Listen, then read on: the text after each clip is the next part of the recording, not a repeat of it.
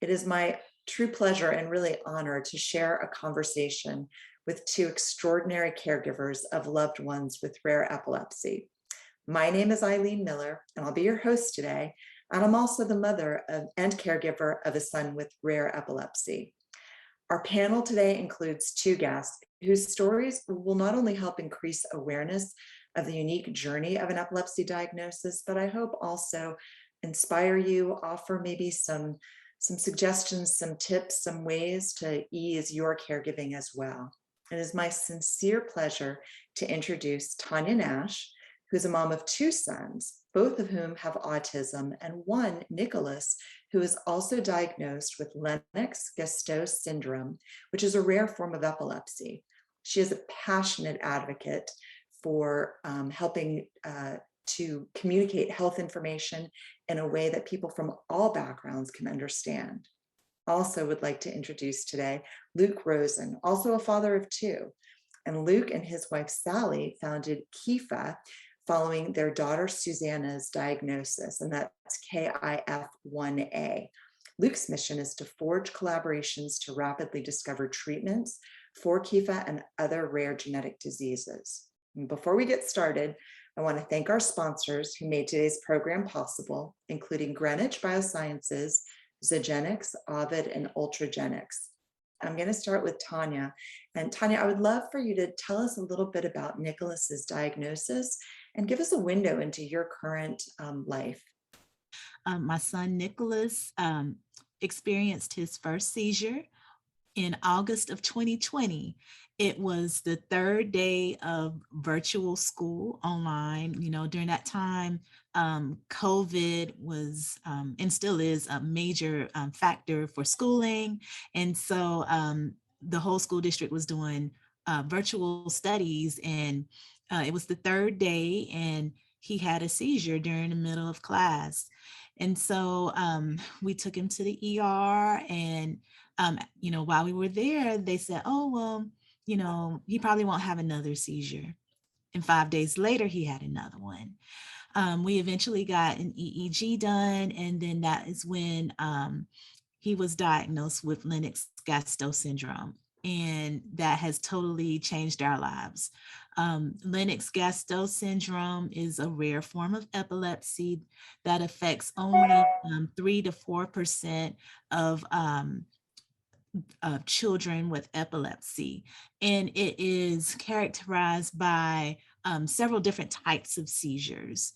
And in addition to that, there's certain patterns that are shown on EEGs. And also, in addition to that, there are developmental delays sometimes that occur. My son had a situation that was a little bit unique in that he was diagnosed a few weeks before his 8th birthday. Most people are diagnosed between the ages of 2 and 5. And so it's been a journey since then of, seizures, of EEGs, hospital visits, making accommodations in our home, changing our lifestyle to meet his needs. And so I'm happy to be here today to share our story and to give encouragement to those who may be going through similar things. Luke, I would love for you to share also Susanna's story and a little bit of a window into your family's life too. Susanna was, unlike Tonya, we had a diagnosis first and then seizures started, but you never really know because we couldn't really, there are so many different seizure types that kids with KIF1A have and experience. And I think the same might be true for a lot of rare genetic epilepsies. And so Susanna, when she was 2 years old, we were diagnosed with a mutation in her KIF1A gene. And at the time, there wasn't much known. There was 15 or 20 people in the world that we could find in literature and otherwise. So Sally and I, with the help of our doctors at Columbia, started the foundation and started to really do whatever we could to find our tribe, right? To find more people who were affected by KIF1A.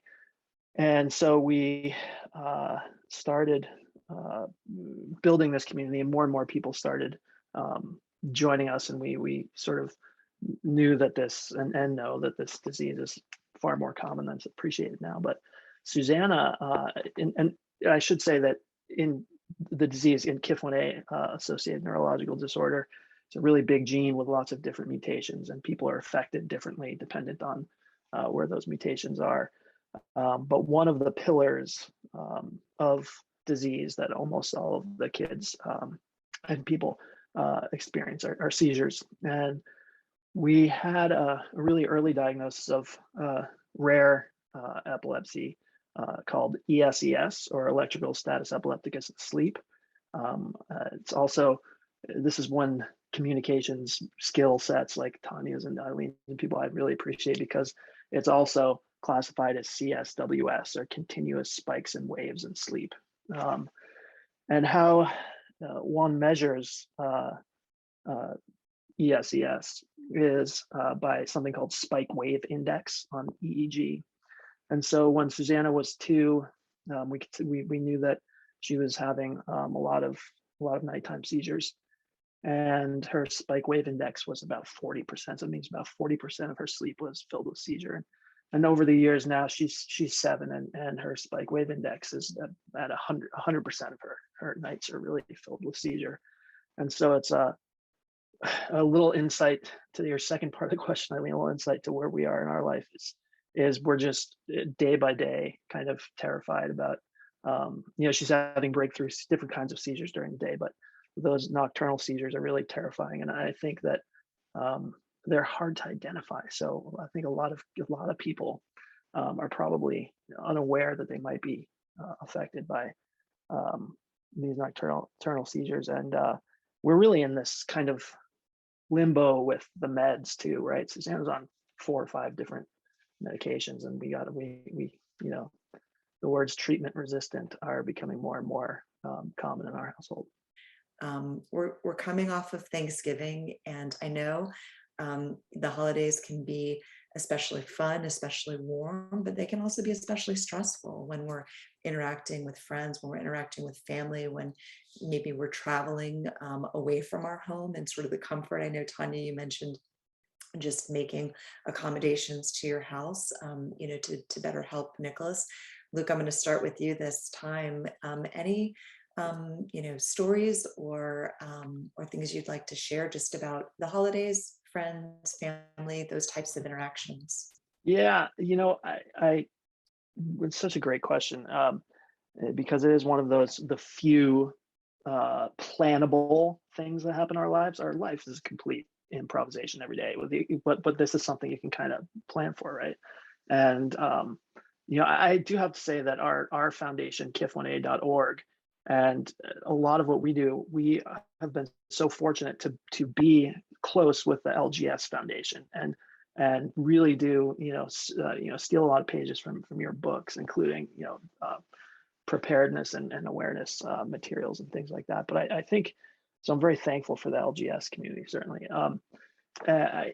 But for us, it's with the holidays and traveling. It's all about triggers, right? What can we do to avoid having seizures during the day? How can we? There's no blinking Christmas lights. There's no, we try to make sure that we're not traveling in the middle of the night, because fatigue can be a trigger. And I tell you, and Eileen and Tonya, you weren't on the practice call that I was, but I had to call and cancel or try to postpone our practice rehearsal run for this, because we had one of these travel things happen, right? Where we had just gotten to where we were for Thanksgiving and coming from the city. And of course, the morning after, we realized that we left Susanna's med bag at home in the city. And there's nothing more terrifying and helpless feeling than knowing that, oh my gosh, our kid might have a seizure because I forgot her medicine, And so that was one of those just horrific, things that we were panicking. We were calling our doctors, the pharmacies around us, and how are we gonna, we don't even have her rescue meds, and then all of a sudden it got resolved and we had her medication. And I realized that you got to give each other a break.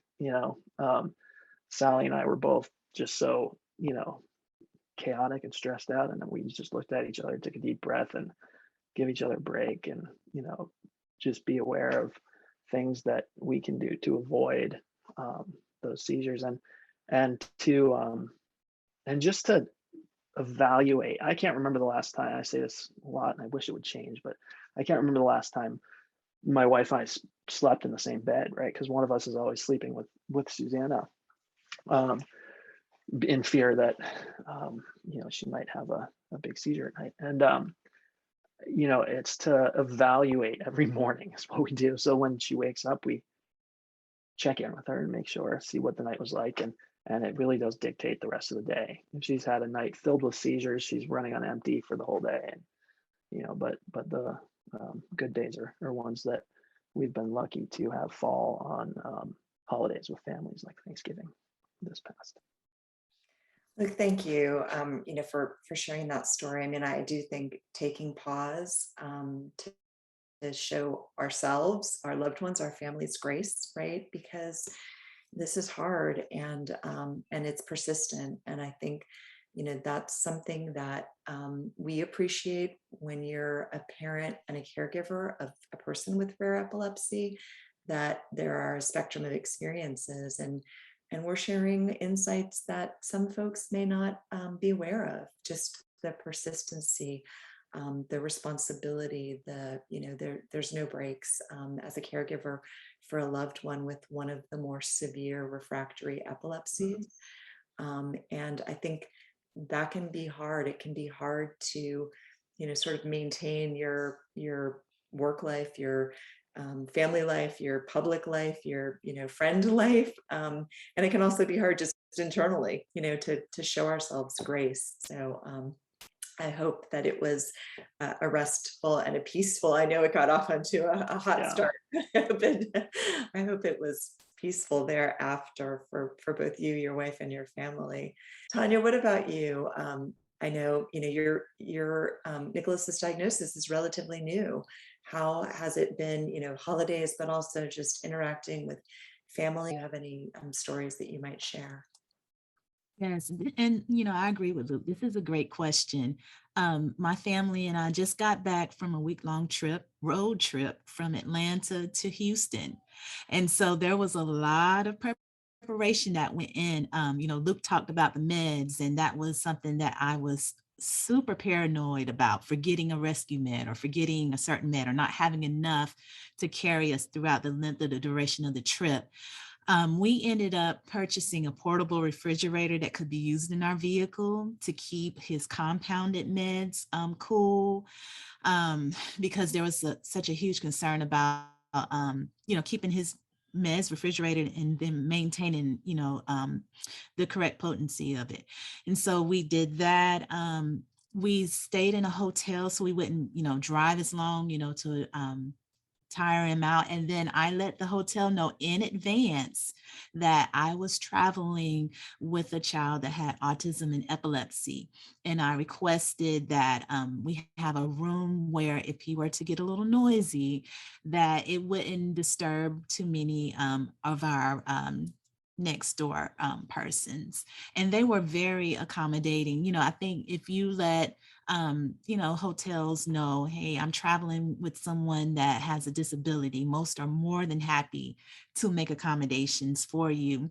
And then the last thing about family and friends, since this is somewhat of a new diagnosis for my son, some of the family members have not seen or interacted with my son since he began having the seizures on a regular basis. And there has been some regression. And so it was very important for me to share with them, okay, I know this is how you're used to seeing Nikki, but this is what how he is responding now. And this is what seizures look like. So if you see him doing this, then, he may be having a seizure, and this is what we do if he is having a seizure. And so, just preparing them for what they were going to see, and then asking for help as well, and allowing them to be helpful to me during that time. And so it requires a lot of preparation, but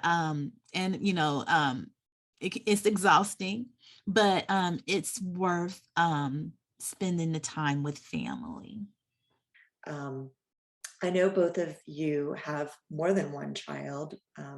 Each of your loved ones have siblings. And this time, Tonya, I wanted to start with you. I think your other son is older than Nicholas. And I Yeah. wondered if you might share a little bit about it's communicating with family, it's communicating with friends, but you've got your own bubble, right, within your family unit and managing not just your loved one with a new diagnosis, but also managing siblings and their interactions with their sibling, their understanding of what's happening, their perhaps even their responsibility for helping to care for or what to do in the event of emergency. Would love to hear how you are managing siblings. Yeah. So my oldest son is 14, and then, my son Nicholas, he is 9. So there's quite a few years in between them. My oldest son also has autism, and it took some time for me to be able to explain to him in a way that he understood about why his brother had seizures. Um, and then once he got the understanding that my little brother has a health condition that will require everyone to help, he just jumped right in. And, he takes it upon himself to, watch his little brother, make sure he's okay. One time, after my son has seizures, a lot of times he sleeps afterwards, and it can be anywhere from 30 minutes to a couple of hours.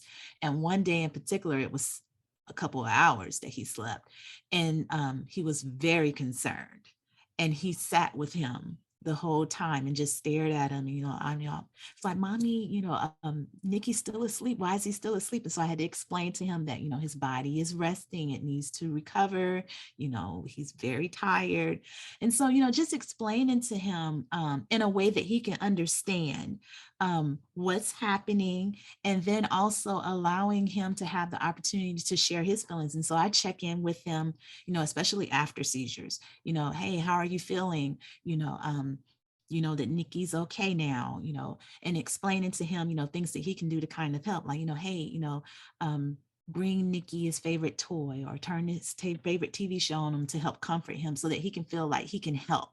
And I think those things have been really helpful for my older son to have a part to help. And one more thing I almost forgot to mention is that as parents, I think it is very important that we don't forget the other sibling. And I even found myself sometimes so focused on what Nicholas needs that I was kind of forgetting, oh, well, Daniel needs time too. Daniel has this going on, and I need to support that as well. And so being intentional about making sure that I don't overlook the needs of the other sibling because I'm so consumed with taking care of the one that has the most needs is very important. Yeah, it's such an important thing, and I think a lot of it is is about communication, because we communicate with each other as adults and as caregivers differently than we do with our kids. And Susanna has an older brother, Nat, who's incredible. He's remarkable. He's 10 years old, going on 60, right, with what he's seen and gone through. But little things like explaining to him why mom or dad sleeps with Susanna in Susanna's bed at night, right? I can tell my caregivers and patients and people who are adults with epilepsy that one of us sleeps in there because we're afraid she might have a seizure and die. But we're not going to say that to our son because he's 10, and we have to figure out a way to articulate these things to him. And I think that so much of it is like everything we do, right? It's by leading by example, and so all of a sudden Susanna has these moments. She has a lot of absence seizures during the day, and so she will, and they can lead into a bigger seizure often, and so we try to snap her out of it, is what we say. So, we have different different ways of doing it. Usually we say, hey, you okay, Suze? Or what are you looking at, Suze? Or something like that. And so we've started hearing, I'll be in the other room and I'll hear my son say, hey, you okay, Suze? What are you looking at, Suze? Or he'll do something like that. And he just picks up on how we behave with our child who has epilepsy.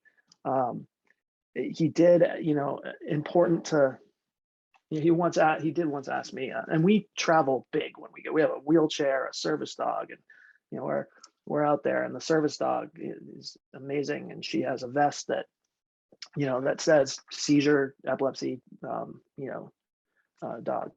And so just the words and what do the words mean and how do you explain it. But our son is incredible about when we're out with the dog, he'll say, no, you can't pet the dog. The dog is working right now, and he'll really advocate for Susanna's safety, which is incredible. But he did a while ago say, what do I do if Susanna has a seizure on the subway?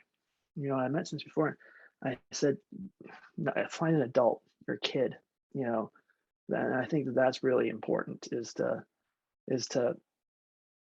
not allow our son to feel the weight of the world on his shoulders. Those are as caregivers, our shoulders that unfortunately have to bear that weight, but not our 10-year-olds. I think you both have just done such a phenomenal job of, and it's work, right? Every day, finding that balance between wanting your kids that are not experiencing epilepsy to have their childhoods, to have fun, to, remember the celebrations, but you're also navigating fairly, very complex issues.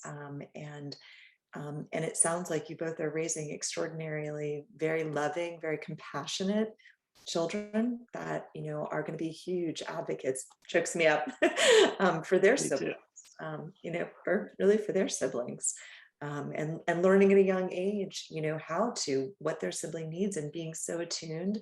I think you're putting super great people out into the world. And I think that, I don't know about you, Tonya and Eileen, but I know that Susanna sees that in Nat. And I know that, now I'm getting choked up.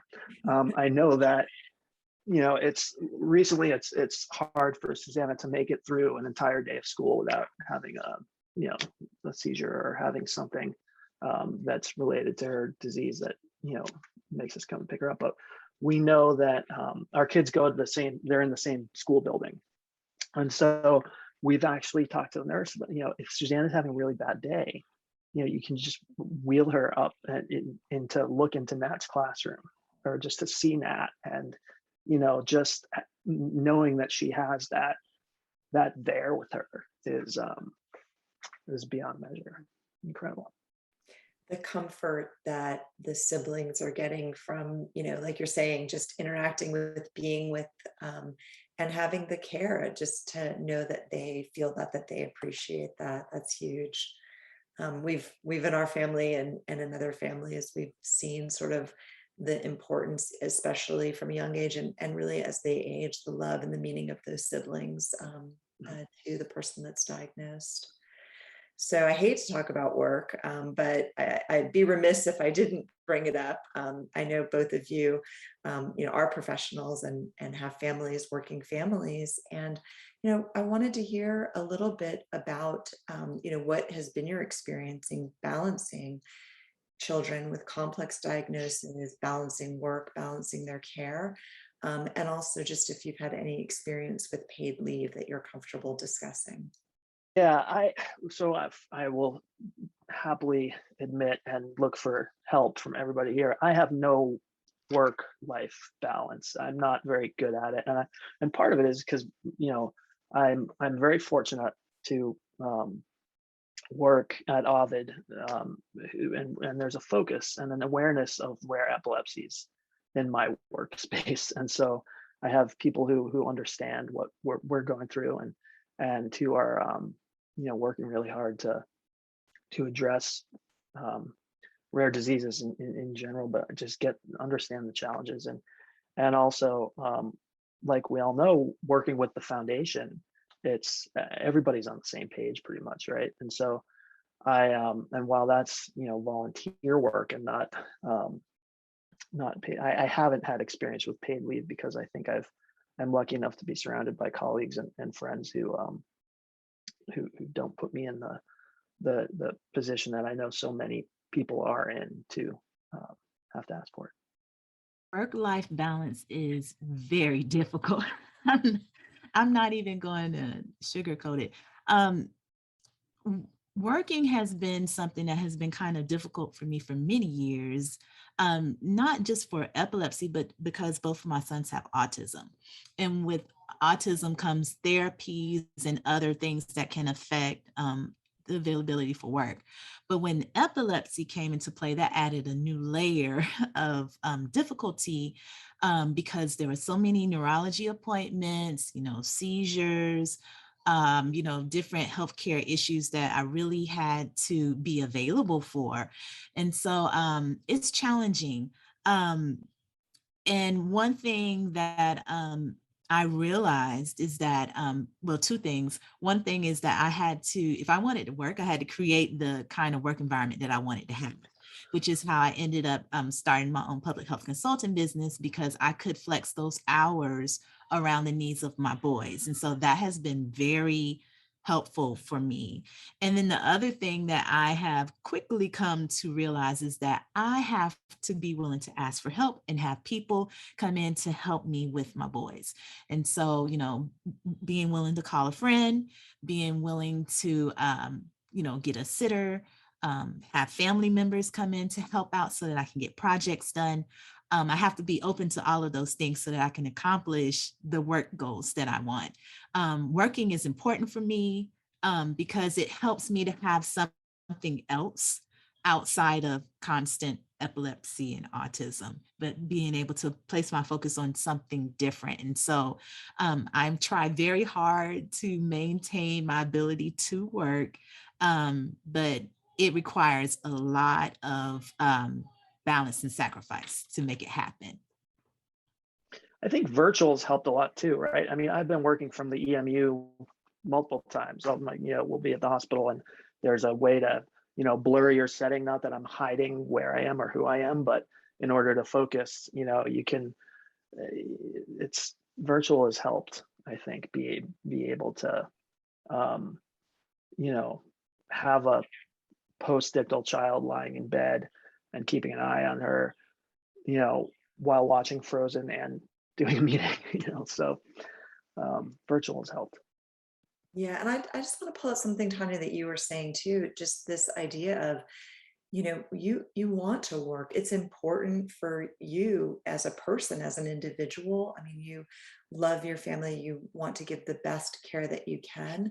But I think you did a nice job of just sort of describing, like, a little leap of faith, a little trust in others to help you with the boys, and the importance of having something that's meaningful to you, being able to contribute.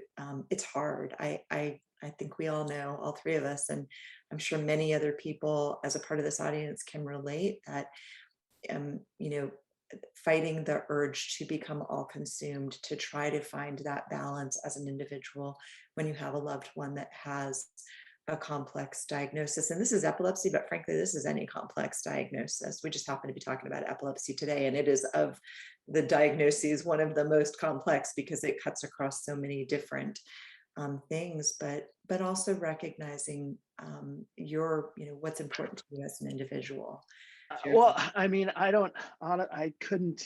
we couldn't do it. If my wife really cut back a lot on her work, and in the very beginning, I cut back a lot on my work. And so we, and changed careers, and we could not do it if one of us wasn't 24/7 caring for Susanna. And my wife is just an amazing mother, and that is a burden to, have, your life career and shift it. Not that we look at it as a burden, but it's something. I don't know what to call it, but it's I know we couldn't do it without that support of each other.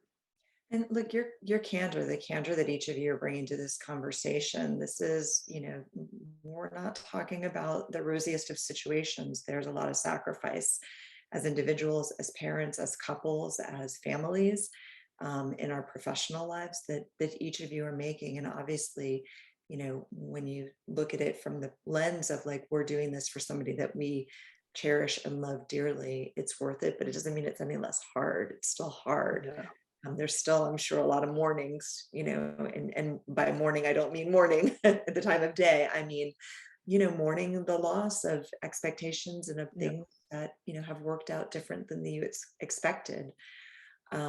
I want to talk a little bit about self-care. I already had a preview. Luke and I had a conversation about this the other day. Yeah. So Tonya, I'm going to start with you. But you know, this is a challenge. I think in this world, life is just moving fast. Is anyone taking good care of themselves? But then when you have a complex loved one, care for a complex loved one, and everything else that we've talked about on top, what are you both doing for self-care? Because I know everybody that's listening to this wants to give both of you hugs and some time for yourselves, but what are you doing? How do you manage that? So self-care is something that I only recently became very serious about because I'm very much a type A kind of a person. I like to plan. I like to control things. I like structure. And there is nothing that you can control about having a child with a rare epilepsy. You cannot control it. You just kind of have to go with it. And I kind of got to a point where I really was just, I couldn't control it anymore. I couldn't do it anymore. So I realized that I really had to make some changes in life. And so I signed up for respite care for my son to get some help. And actually it's kind of ironic, not ironic, but even this very morning, I needed to wash my hair. Hadn't had the chance to wash my hair in a long time. I washed my hair, had my hair soaking wet. And then I get a phone call from my son's school saying that he had a seizure. And this was at 9:30 this morning. And I was trying to prepare for this very webinar. So I called a friend and asked her to come and sit with my son, who is home, who you probably hear off and on, so that I could do this webinar. And so now probably a month ago, I might not would have asked, but I had to get out of my comfort zone to ask for help, you know, via respite, via friends, via family. And then also I have started to do things that I love to do that I stopped doing because I didn't think I had time. So like I started back reading. I used to be an avid reader.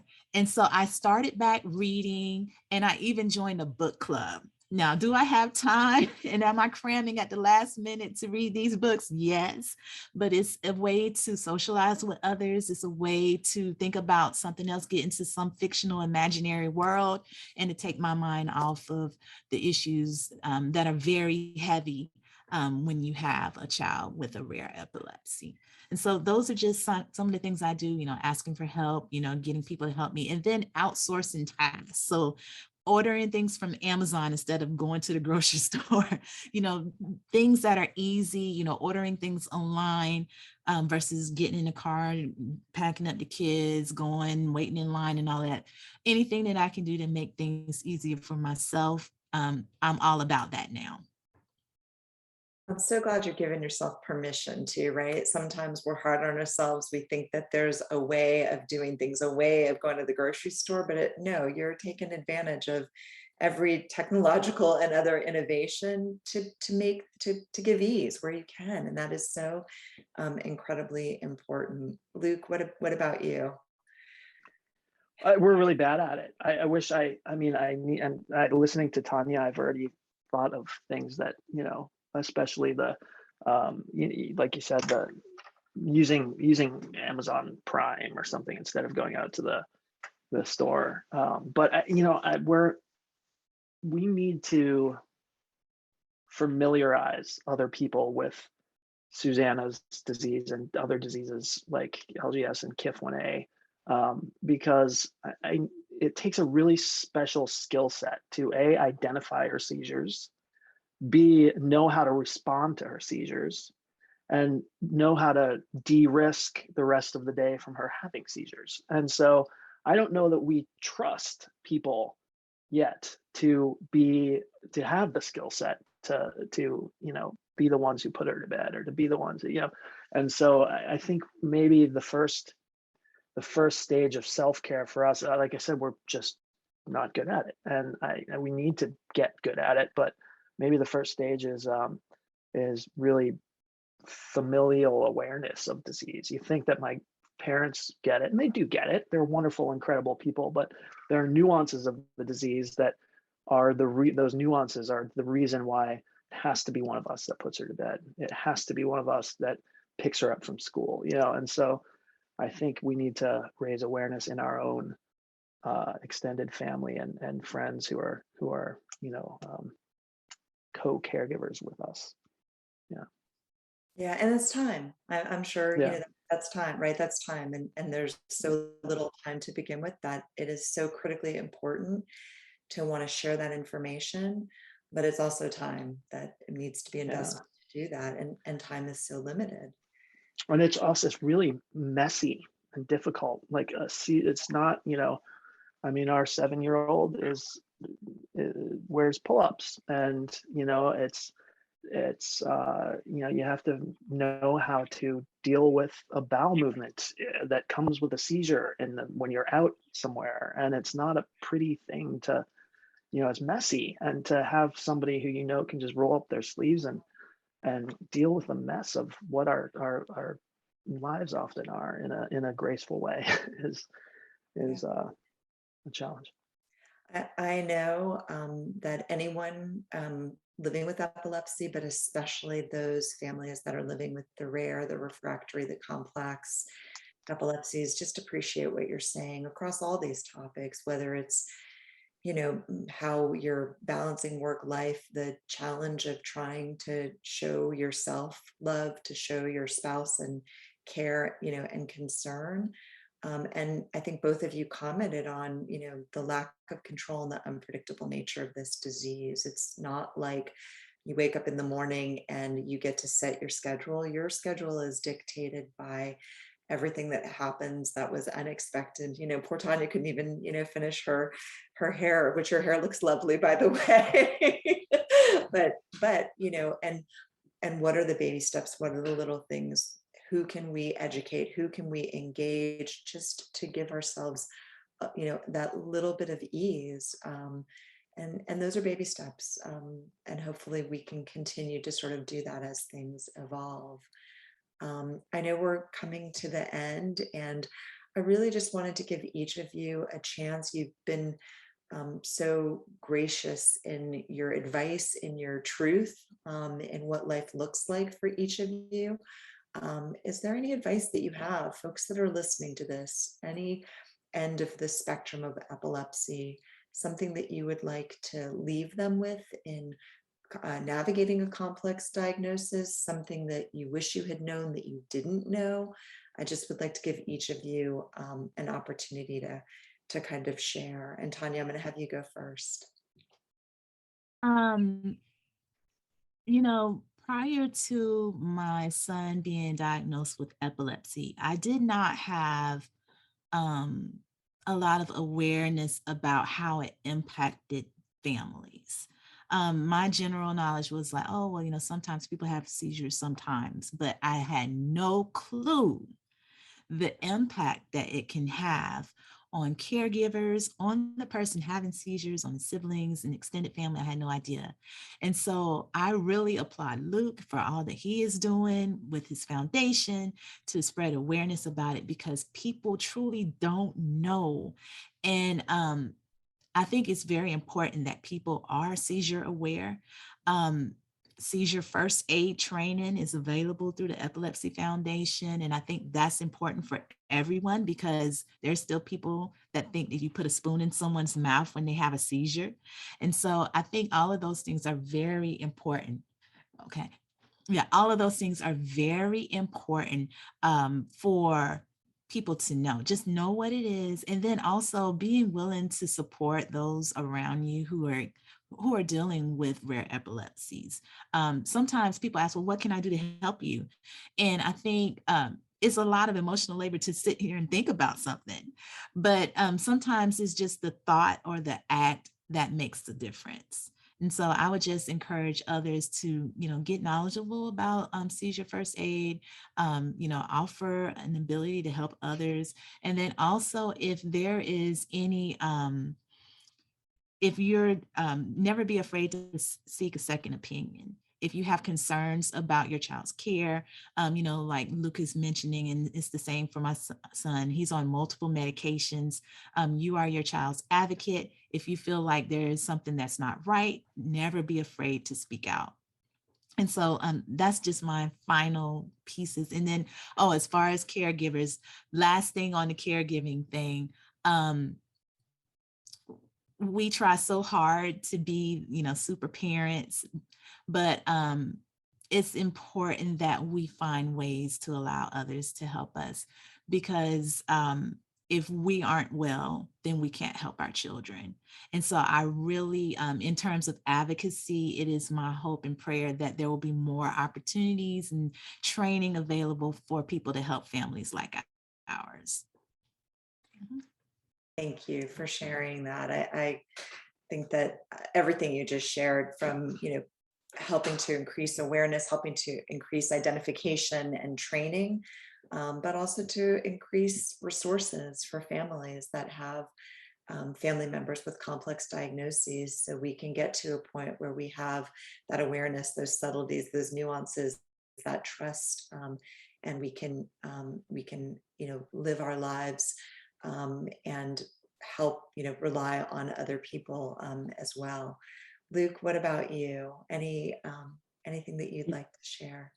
Yeah, well, first, yes to everything Tonya said. I mean, that is just, you get, so spot on. And I'm so thankful to now know you, Tonya, and to be able to reach out.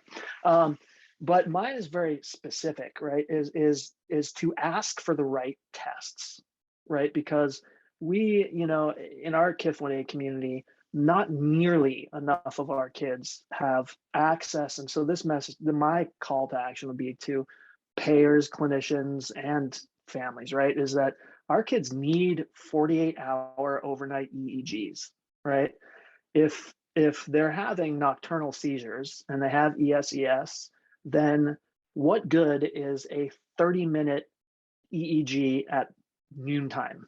It's not going to capture what the problem is. And if you can't capture it, you can't fix it, right? So we need to really be advocating and saying, look, and maybe this is the things that, our foundations can do, right? Is establishing that and making sure that there's, that there's literature or a resource where a clinician can go and say, yes, this is the proper first line test, is an overnight EEG, right? So I think that there are lots of kids and people with epilepsy who are not able to appropriately treat their epilepsy because they're not appropriately capturing their seizures.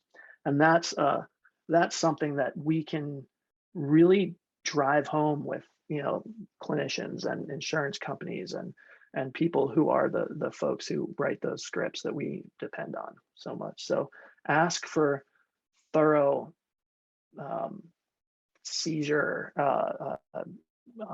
surveillance, and regular, not just once every couple of years. It's got to be regular. I really appreciate it. I think, both of you have shared, you don't know what you don't know, but you are both incredible advocates for your children, and you have learned along the way, and in sharing, both the strategies that you've used and things that you've learned. I can only imagine that people that listen to this webinar, following, will ask more questions, right? Maybe their kids are suffering from those nighttime seizures and need a longer surveillance. Maybe They haven't taken the time to get seizure certified, and will do it. Maybe they'll encourage the teachers at their school, the nurse at their school, their community to get seizure certified as well. So I think both of your sharings and your calls to action are really important. We're going to close our webinar here. First, I want to give heartfelt thanks to Tonya and to Luke for sharing the stories of your families and for your honesty along the way. And I know so many people are going to just feel gratitude for getting a little bit of insight into each of your lives. I know folks are going to also want to give you hugs and give you care and make sure that you're finding time and ways to get to re-energize so that you can continue to care as well as you do and advocate as well as you do for your family members. I also want to thank our sponsors. I want to thank Greenwich and Zogenix and Ovid and Ultragenyx for making this possible. I want to thank our friends at the Epilepsy Foundation, especially Annika and Sarah, for helping Ren Tech off camera. This webinar will be available soon on the Epilepsy Foundation, and we hope that you will watch it again, take some information away from it, and share it with your family and friends. Thank you to our guests for joining us today. Really enjoyed this conversation.